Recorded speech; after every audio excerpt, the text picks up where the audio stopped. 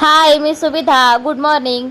तर आज आहे संडे होता म्हणून त्यांनी नाश्त्याला ढोकळा आणला होता आणि साक्षी पण आली होती ना, तर ते म्हणाले आज मस्तपैकी आपण ढोकळ्याचा नाश्ता करूया. म्हणून आम्ही सगळ्यांनी बसून नाश्ता केला आणि आज आहे फ्रेंडशिप डे. तुम्हा सर्वांना हॅपी फ्रेंडशिप डे. तिकडून आम्ही गेलो मच्छी आणायला, कारण का संडे बोलल्यावर मच्छी पाहिजेच ना.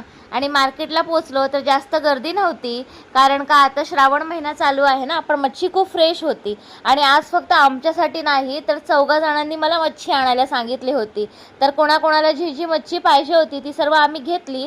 आणि आता मच्छी आणली बोलल्यावरती प्रत्येकाकडे डिलिव्हर पण करायलाच पाहिजे, म्हणून मी सगळ्यांकडे मच्छी डिलिव्हर करायला जात होती. आणि त्यातच मी दमून गेली. प्रत्येकाचं स्टेप्स चढा, स्टेप्स उतरा, असं करून करून फायनली आम्ही मच्छी सगळ्यांना पोहोचवली आणि घरी आलो. घरी आल्यानंतर मी भात बनवला, रस्सा बनवत ठेवला आणि मच्छी पण फ्राय करायची होती. त्याच्यामध्ये पण सगळं मसाला वगैरे टाकून रेडी करून ठेवलं. आणि साक्षी आणि मिलिंद इकडे कोलंबी सोलतायत, मला हेल्प करत होते, कारण का खूप उशीर झालेला. आणि आमच्याकडे आलेला आमचा श्लोक पण खूप दिवसांनी आला होता.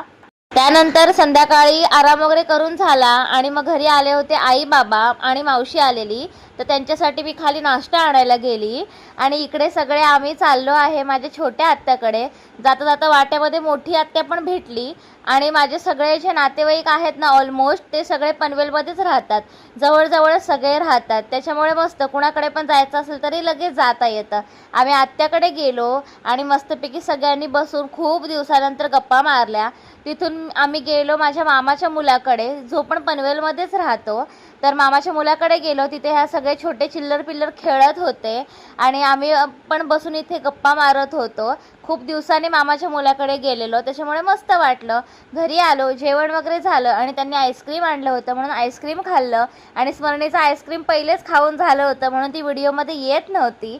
आणि असा होता माझा आजचा दिवस. बाय.